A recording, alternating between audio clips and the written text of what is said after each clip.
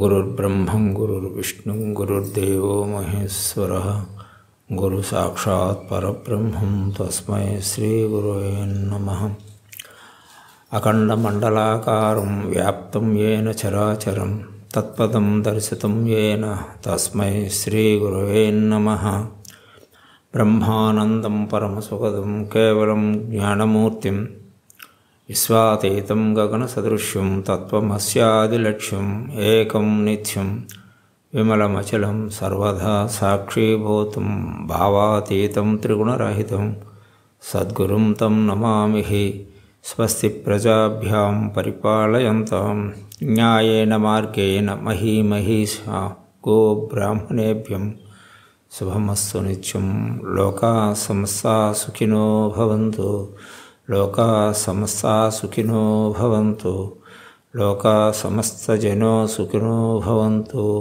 ओम शांति शांति शांति। పవిత్ర ఆత్మస్వరూపులకు ఆత్మ సోదరి సోదరులకు ఆత్మ ప్రణామములతో స్వామి ఏమి పలికిస్తే అది నేను పలుకుతున్నాను. మనమంతా శ్రద్ధాశక్తులతో ఆత్మ సాక్షాత్కారము మానవ జీవిత ధ్యేయము.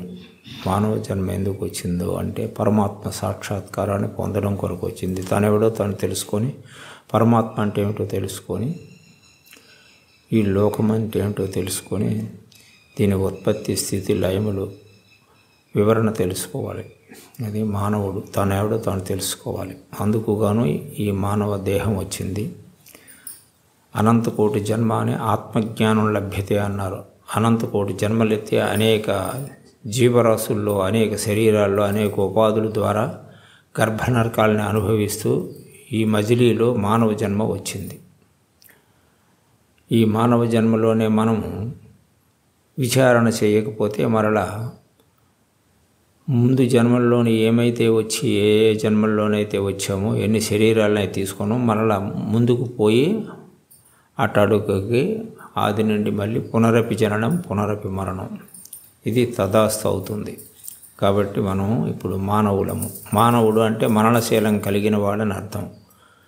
మనస్సు చేత ఏది నిత్యము ఏది అనిత్యము అని తెలియవాడే మానవుడు.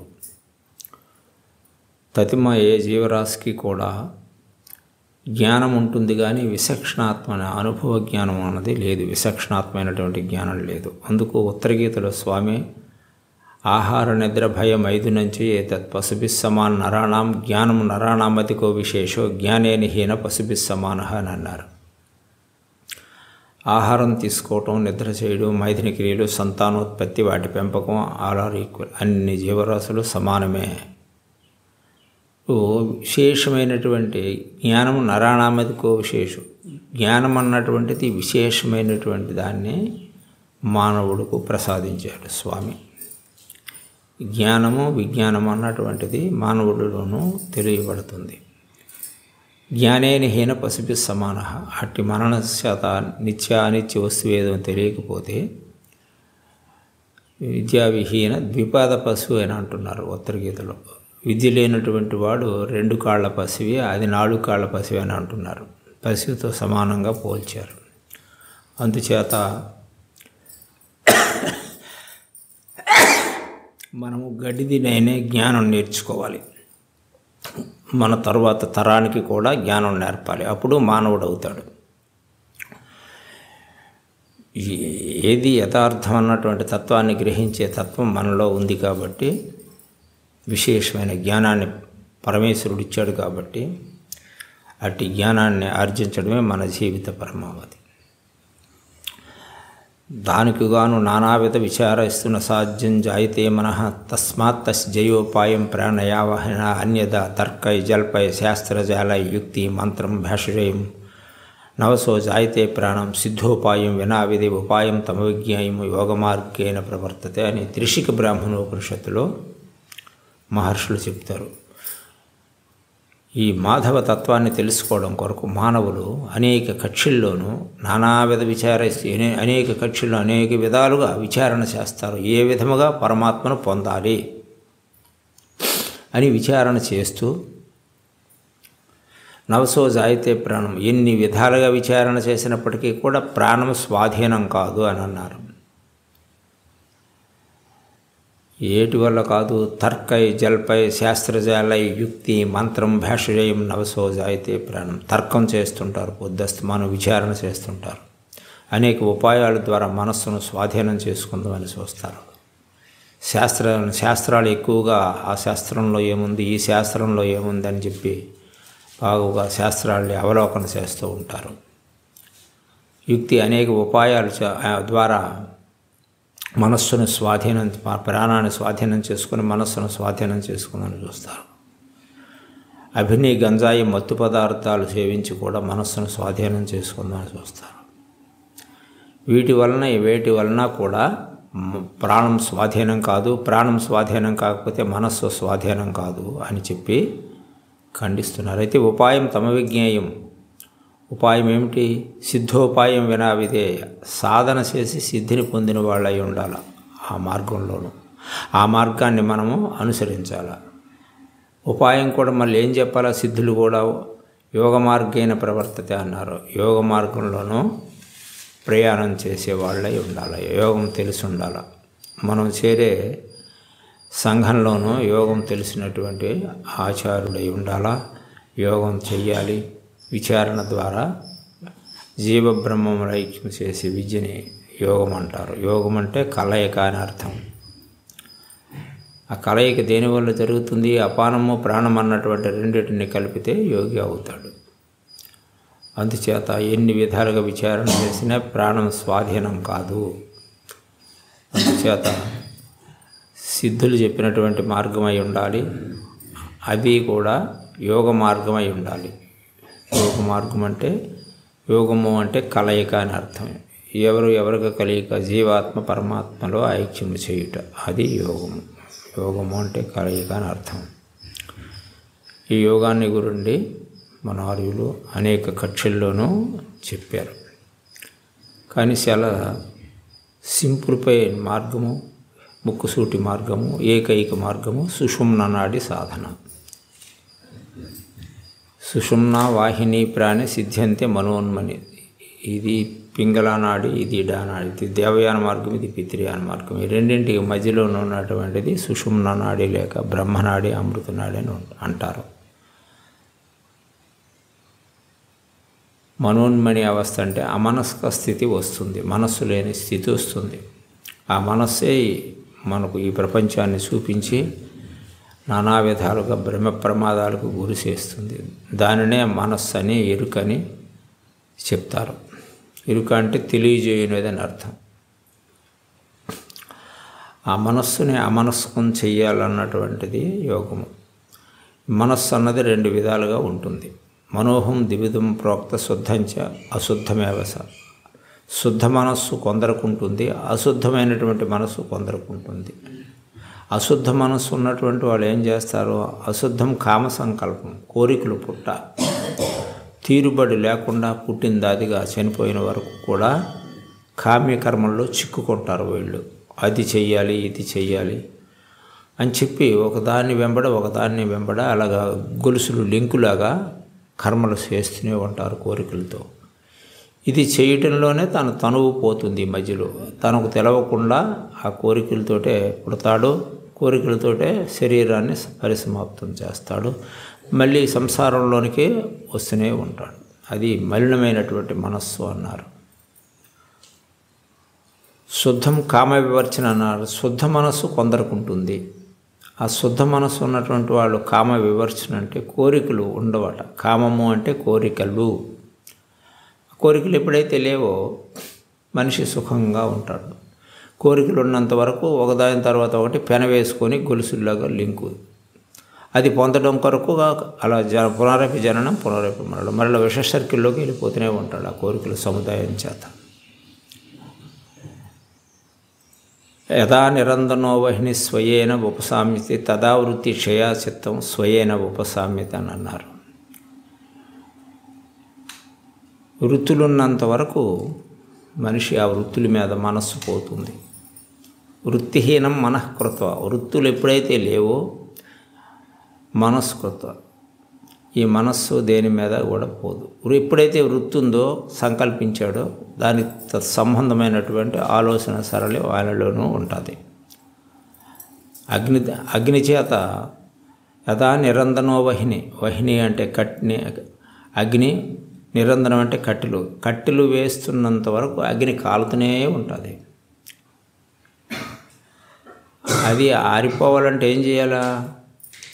ఆ కట్టెలు వేయడం మానేయాల. కట్టెలు వేయడం మానేస్తే స్వయేన ఉపసామ్యతే తదావృత్తి క్షయాసి. అలాగనే మనకు వృత్తులు కోరికలు ఉన్నంత వరకు తత్సంబంధమైనటువంటి కర్మలు చేసుకుంటూ పోతూనే ఉంటాడు. చచ్చినంత వరకు తీరుబడి లేకుండా ఉంటాడు. ఎప్పుడైతే కట్టెలు వేయడం మానేశాడో అగ్ని స్వయంగా మనం ఆర్పనక్కర్లేదు, దానంతట అదే కాల్చడానికి కట్టెలు లేవు కాబట్టి దానంతట అదే స్వయంగా ఉపశమనం అంటే ఆరిపోతుంది, మనం ఆర్పనక్కర్లేదు. అలాగనే తదావృత్తి క్షయాసిత్తం, తద్వత్తుగా మనలో ఎప్పుడైతే వృత్తులు లేవో, కామ సంకల్పం కోరికలు లేవో, కోరికలు లేనప్పుడు దాని గురించి ఆలోచించవలసిన పని ఉండదు కదా. అటువంటి మనస్సు ఆత్మానుభూతి పొందడానికి సుగమం చేసుకొని ఏ కోరికలు లేకుండా ఆత్మ సాక్షాత్కారం కొరకు ప్రయత్నం చేస్తారు శుద్ధమైనటువంటి మనస్సు ఉన్నవాళ్ళు. అయితే ఈ మనస్సుని శుద్ధి చేసే ప్రక్రియ అంటే ఏమిటి, మనస్సు అంటే ఏమిటి అన్నటువంటి దానికి మనం విచారణ జాయితే జ్ఞానం, విచారణ చేస్తే జ్ఞానోదయం అవుతుంది. మనస్సు లేకపోతే ఏమీ లేదు. మనస్సు ఉంటేనే ప్రపంచము, మీరు, నేను, ఇదంతాను. గాఢ నిద్రలోకి పోయేటప్పుడు మనస్సు లేదు. తెలివికి వచ్చేటప్పుడు దర్శన శ్రవణ ఇది వాసన, చూస్తున్నాము, వింటున్నాము, వాసనలు ప్రబలమైపోయి ప్రకృతి పరంగా మనస్సు ద్వారా వెళ్ళిపోతున్నాం. కలగనేటప్పుడు మనస్సు ఉంది, ఆ కళ నిజం కాదు. నిద్రావస్థలోకి వెళ్ళేటప్పుడు కూడా అది తెలివి లేకుండా పోతుంది, ఏమీ తెలవదు. 2 అవస్థలు మనకు శూన్యం. 3వ అవస్థలో కంటితో కాంటాక్ట్ అయ్యి చూసి విని వాసనలు ప్రబలమైపోయి ప్రపంచాభిముఖంగా వెళ్ళిపోతున్నాడు మానవుడు.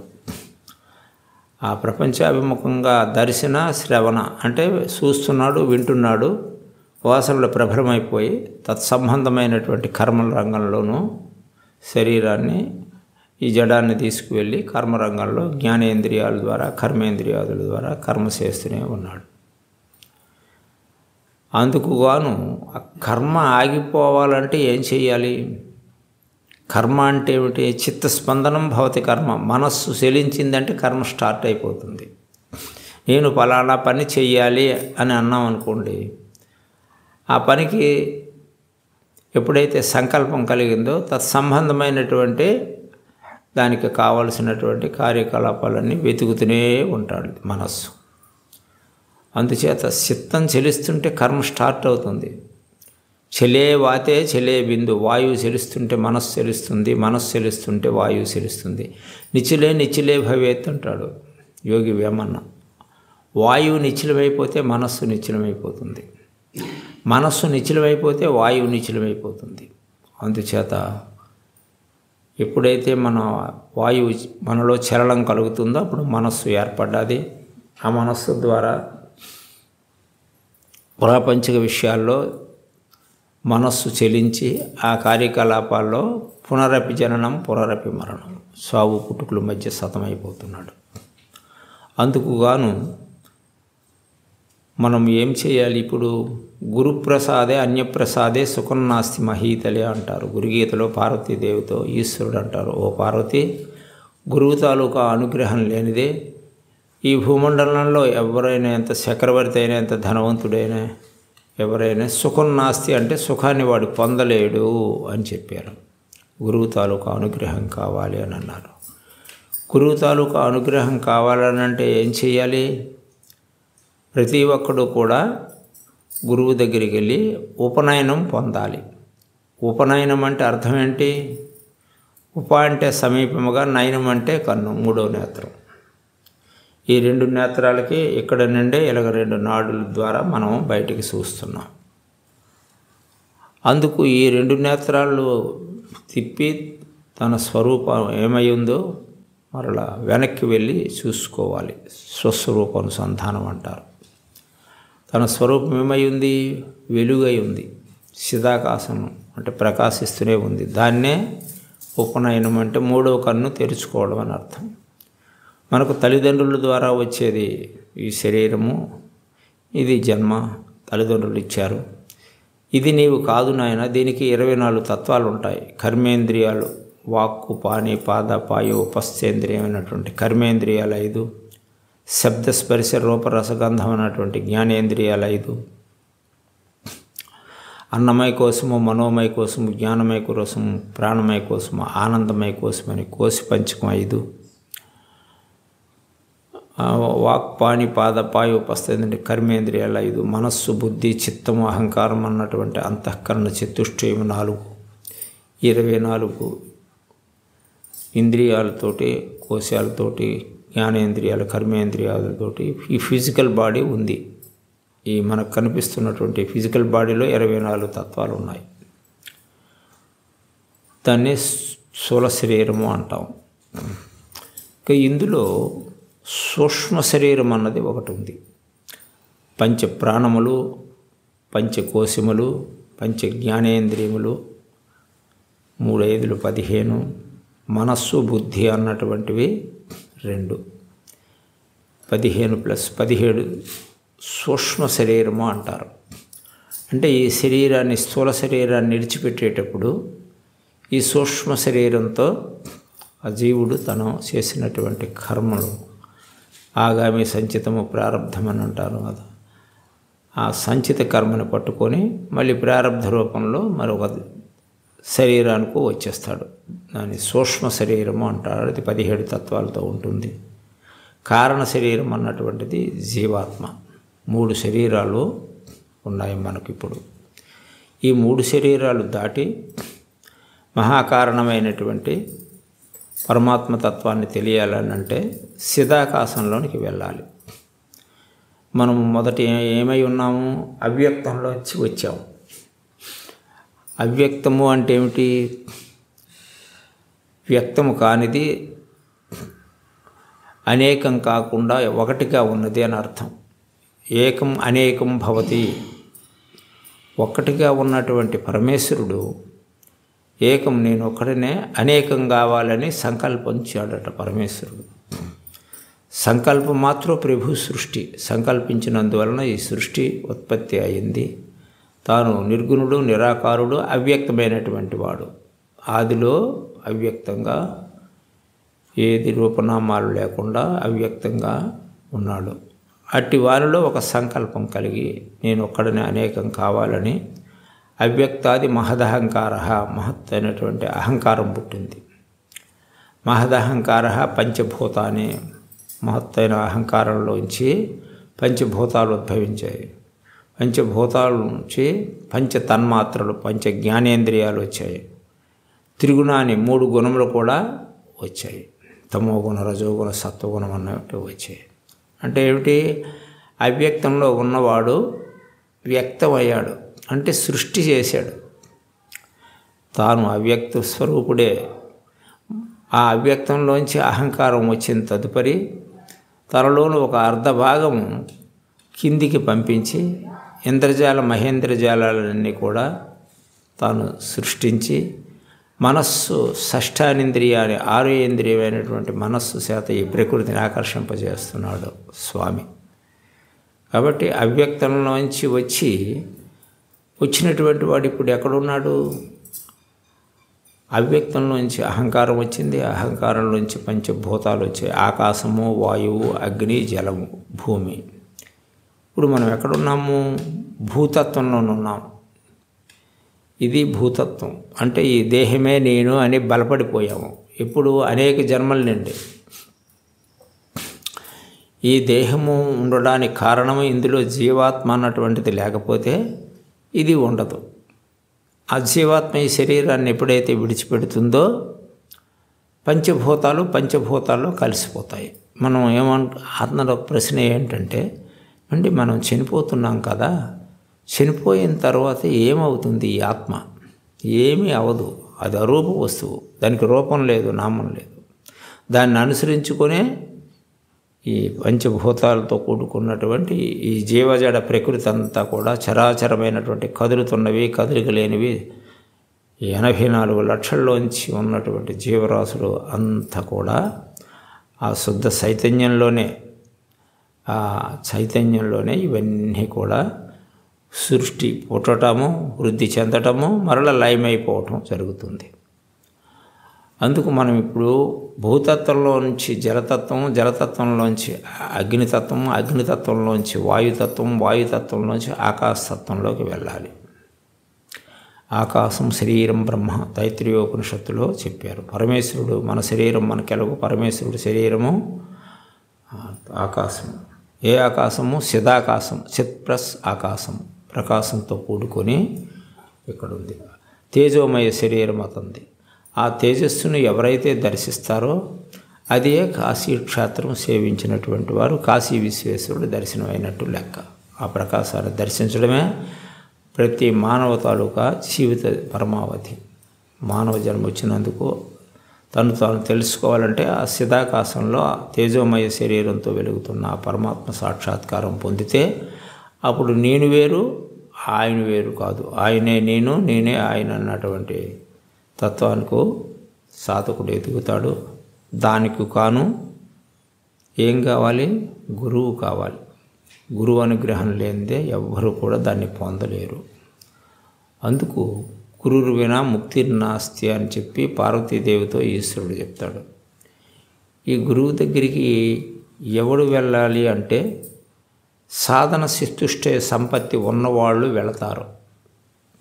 అవి కలిగిన వాళ్ళే వెళ్ళాలి. వెళ్ళేటప్పుడు వాళ్ళకి ఏమైనా అందుబాటులోకి వచ్చి ఆత్మానుభూతి పొందగలిగిన వాడు అవుతాడు. ఆ 4 ఏంటి? చతుష్టయం అంటే 4 సంపదలు కలిగి ఉండాలి సంపూర్ణంగా శిష్యుడు గురువు దగ్గరికి వెళ్ళేటప్పుడు. ఆ 4 ఏంటి? 1 నిత్య అనిత్య వస్తు వివేకం. ఏది నిత్యము, ఏది అనిత్యమని తెలియాలి. మనం ఇంతవరకు 70, 80, 90 ఏళ్ళు జీవించినటువంటి వాడు ఆర్జన చేసినటువంటిది అది ఏంటది? లేనిది. నీ శరీరమే నీకు ఒకప్పుడు లేకుండా పోతుంది. నీది నీటి మీద బుగ్గ లాంటిది. నేను ప్లస్ నా శరీరం అన్నాము అంటే నీవు వేరు, నీ శరీరం వేరు. కాబట్టి ఇక్కడ నీకేముంది? ఏమీ లేదు. ఏది ఉందో దాన్ని ఉనికి తెలుసుకొని దాన్ని పొందడం కొరకు ప్రయత్నం చేసేటప్పుడు నీకేమైనా దక్కుతుంది. లేనప్పుడు ఉట్టి చేతులతోటే వస్తావో, ఉట్టి చేతులతో వెళ్ళిపోతావో. అందుకొరకు ఈ గురువు దగ్గరికి వెళ్ళి మోక్షాన్ని కావాలని అనుకుంటే ఏది నిత్యము, ఏది అనిత్యమని తెలియాలి. అది ముందు బాగుగా విచారణ చెయ్యాలి. అంటే రేపో నేడో నా ఉపాధి పోతుంది, అప్పుడు నేను ఇక్కడ ఇన్నేళ్ళు కూడా అనుభవించి సంపాదన చేసినటువంటిది నా వెంబడి ఏమైనా వచ్చి నాకు రక్షణ చేయగలిగినది ఏమైనా ఉందా అని ఆలోచించుకోవాలి. విచారణ సాగితే జ్ఞానం, విచారణ చేస్తేనే జ్ఞానోదయం అవుద్ది. విచారణ లేకపోతే ఏమవుతుందంటే నేను గొప్పవాడిని, గొప్ప ఉన్నతమైనటువంటి కుటుంబంలో పుట్టాను, నేను ధనవంతుడను, నేను జ్ఞానిని, నేను అనేకమైనటువంటి విషయాల్లో కూడా నేను చాలా గొప్పవాడినని అహంకారంతో మున్ముందు భావి జీవితానికి, భవిష్యత్ జీవితానికి కూడేసుకుంటూ పోతూ ఉంటాడు. అది అంతా ఏంటి? తాను కానీ ఈ దేహం నేను అనుకోవడం చేత ఇవన్నీ చేస్తున్నాడు. ఆ దేహమే తాను కాదు. దేహం పసితీతి పశువు. ఈ దేహమే నేను అనుకున్నవాడు పసివి. ఇది ఒక కట్టె. 4 కట్టెలు తీసుకొచ్చి ఈ కట్టెని కూడా జీవాత్మ దీన్ని విడిచిపెట్టిన తక్షణమే 6 గంటల తర్వాత కంపు కొట్టి కుళ్ళిపోతుంది. అహో విచిత్రం కదా. అప్పుడు ఈ కట్టెని తీసుకెళ్ళి ఆ కట్టెల్లో పెట్టి దహనం చేసేస్తాడు తన కడుపును పుట్టిన కొడుకే. అందుచేత ఇక్కడ మనదు అంటూ ఏముంది? ఏమీ లేదు. నేను వేరు, నా దేహం వేరు. నేను ప్లస్ నా దేహం అన్నాం అంటే దేహం నేను కాదు, నేను వేరుగా ఉన్నాను. నేను శుద్ధ చైతన్య స్వరూపుడిని. కాబట్టి ఆ నిత్యం ఎల్లవేళలా కూడా త్రికాలంలో నాశనం లేనటువంటి ఏ సద్వస్తువు అయితే ఉందో దాన్ని పొందడమే నా జీవిత ధ్యేయమని నిత్య అనిత్య ఉసివేగం గురించి విచారణ చేసి దాని కొరకు యత్నం చేస్తాడు. ఆ యత్నం అన్నది ఎవరి దగ్గరికి వెళ్ళి చేయాలి? గురువు దగ్గరికి వెళ్ళి చేయాలి. రెండవది ఏంటి? ఇహ అమూత్ర ఫలభోగ విరాగము. ఇహ అంటే ఈ లోకంలోనూ స్వర్గ భోగ భాగ్యాలు అనుభవించాలన్నటువంటిది మనస్సులో ఏ విధమైన కోరికలు లేకుండా చందన వనితాది భోగ భాగ్యముల యందు కాకవిష్టాయ మలమూత్ర విసర్జన చేస్తే వాటి యందు ఎంత అసహ్యం ఉంటుందో ప్రాపంచిక విషయాల యందు అంత అసహ్యం కలిగి ఉండాలట. సాధన చతుష్టయ సంపత్తిలో రెండవ క్వాలిఫికేషన్. ఇహ అంటే ఈ లోకంలో, అమూత్ర ఫలభోగ విరాగము అంటే భోగభాగ్యములు చందన వనితాది భోగభాగ్యాలు అనుభవించాలి. అది కావాలి, ఇది కావాలి, అది సంపాదన చెయ్యాలి, ఇది సంపాదన చెయ్యాలి, నేను సుఖంగా ఉంటానని వెంపర్లాడుతున్నాడు. ఎండమావుల్లో నీరుందని చూసి భ్రమించినట్టు. కానీ వీటి వలన స్వర్గ భోగభాగ్యాలు యందు కూడా అభిలాష ఉన్నటువంటి వాడు వీటిలో చిక్కుకుంటాడు. ఇవేవి కూడా యథార్థం కాదని చెప్పి మలమూత్ర విసర్జన చేస్తే ఎంత అసహ్యం ఉందో వాటి అందు దూరంగా పోవాలని తద్వత్తుగా ఈ విషయవాసనలన్నింటికీ దూరంగా ఉండడం నేర్చుకోవాలి. గురువు దగ్గరికి వెళ్ళేసరికి రెండవ క్వాలిఫికేషన్ ఇది. మూడవ క్వాలిఫికేషన్ ఏంటి? గురువు దగ్గరికి వెళ్ళేసరికి శమదమాది షట్క సంపదల కలిగి ఉండాలంట. మూడవ క్వాలిఫికేషన్. అట్టివాడికి బ్రహ్మ విద్య ఇవి కలిగిన నాడు బ్రహ్మ విద్యకు ఏమైనా అర్హత సంపాదించుకుంటాడు. షట్క సంపద అంటే షట్కము అంటే 6: శమము, దమము, తితీక్ష, శ్రద్ధ, సమాధానము, ఉపరతి అనే 6 లక్షణాలు కలిగి ఉండాలి. శ్రద్ధావాన్ లభతే జ్ఞానం. ఎవరికైతే శ్రద్ధ ఉంటుందో అట్టివారికి ఈ భగవతత్వాన్ని సంబంధించినటువంటి జ్ఞానాన్ని ఆర్జిస్తాడు. శ్రద్ధ ఉంటుంది. బహు శ్రద్ధతో దానిని ఆచరిస్తూ గురూపదేశం ద్వారా దాన్ని అనుభవించి పొందడం కొరకు ప్రయత్నం చేస్తాడు. శ్రద్ధ ఉంటుంది కాబట్టి తత్సంబంధమైనటువంటి జ్ఞానం వానికి వస్తుంది. శ్రద్ధ వలన జ్ఞానోదయం అవుతుంది. సమాధానం దొరుకుతుంది. నేనెవడను, ఈ ప్రకృతి అంటే ఇది ఎట్లా ఉద్భవించింది, భగవంతుడు అంటే ఏమిటి అన్నటువంటి అట్టి లక్షణాలు అవగాహనకు వస్తాయి. అనుభూతిని చెందుతాడు. శ్రద్ధ. సమాధానం అంటే జవాబు దొరుకుతుంది. ఉపరతి అంటే ఏమిటి? ఉప అంటే సమీపముగా, రతి అంటే ఆనందించుట అని అర్థం. మనం చేసినటువంటి యోగము ఉప అంటే ఈ సమీపంగా పరమాత్మ ఉండేది భూమధ్య స్థానం కాబట్టి ఉపరతి.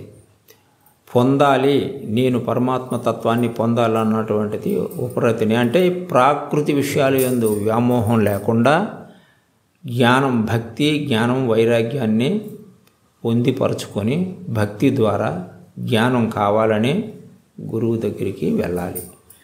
భక్తి, జ్ఞానం, వైరాగ్యం ఉండేటప్పుడు గురువు దగ్గరికి వెళ్తే ఈ సాధన చతుష్టయ సంపత్తిలోనూ ఈ శ్రద్ధ, సమాధానము, ఉపరతి, తితీక్ష అంటే పట్టుదల. ముందుకేసినటువంటి కాలు వెనక్కి తీయకూడదు. చూడండి, పొట్టకూటి విద్యకే ఎన్నో కోట్లు ఖర్చు పెట్టి జీవితంలో సగ భాగాన్నే దాని కొరకే హెచ్చిస్తాడు. ఒక డాక్టర్ చదవాలన్నా, ఒక ఐఏఎస్ ఆఫీసర్ కావాలన్నా, అంటే పొట్టకూటి విద్యకే అన్ని లక్షలు కోట్లు సంపాదించి శరీరాన్ని అంతటిని మొత్తం జీవితాన్ని సగభాగం 3/3 వంతు కూడా ఖర్చు చేస్తూనే ఉంటాడు. కానీ పరమాత్మ కొరకు ఎంత చేశానో, దాని కొరకు ఎంత నేను మనస్సుని వెచ్చించాను, శరీరాన్ని దాని కొరకు ఉపయోగించాను అన్న విచారణ చేసే పద్ధతిలో వెళ్ళాను అన్నటువంటిది.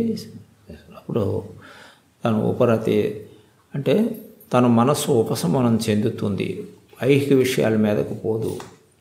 ఇది మూడవ క్వాలిఫికేషన్. ఈ 6 సంపదలు కూడా కలిగి ఉండాలి మూడవ దాంట్లో. నాలుగవది ఏంటి? ముముక్షత్వము. ఈ జన్మలోనే నేను మోక్షాన్ని పొందాలి, నేనెవడను, పరమాత్మ అంటే ఏమిటి, బంధం అంటే ఏమిటి, మోక్షం అంటే ఏమిటి అని ఇత్యాది ప్రశ్నలు వేసుకొని సమాధానానికి ప్రయత్నం చేయాలి గురువు దగ్గరికి వెళ్ళే ముందు. ఈ 4 కూడా ప్రతి ఒక్కరిలో ఉండాలి. 1 నిత్యానిత్య వస్తువేకము, 2 ఇహ అమూత్ర ఫలభోగ విరాగము, 3 శమదమాది షట్క సంపద, 4 ముముక్షత్వం. ఈ జన్మలోనే నేను ఈ బంధం నుండి విడివడి మోక్షాన్ని పొందాలి, పరమాత్మ తత్వాన్నే ఆర్జన చేసి అట్టి బ్రహ్మజ్ఞానాన్ని నేను పొంది విడుదల కావాలి. బంధం నాకు ఉండకూడదు. నేనెవడో నేను తెలుసుకోవాలి. నాకంటే అన్యంగా పరమాత్మ లేడు, పరమాత్మ కంటే నేను అన్యంగా లేదన్నటువంటి తత్వాన్ని పరిశోధన ద్వారా, సాధన ద్వారా గురుముఖంగా వెళ్ళి నేర్చుకోవడానికి ప్రయత్నం చెయ్యాలి. ఈ సాధన చతుష్టే సంపత్తి అనంతరం గురువు దగ్గరికి వెళ్తే అప్పుడు ఉపదేశం పొందితే అది ఫలిస్తుంది వానిలోన. అందుచేత బాగుగా విచారణ చేసి సాధన చతుష్టే సంపత్తి ద్వారా గురువు దగ్గరికి వెళ్ళి ఈ విద్యని ఆర్జించడం కొరకు ప్రయత్నం ఎవరైతే చేస్తారో అట్టి వారికి బ్రహ్మ విద్య అన్నటువంటిది అందుబాటులో ఉంటుంది. ఉపనయనం ఉపదేశం పొందుతాడు.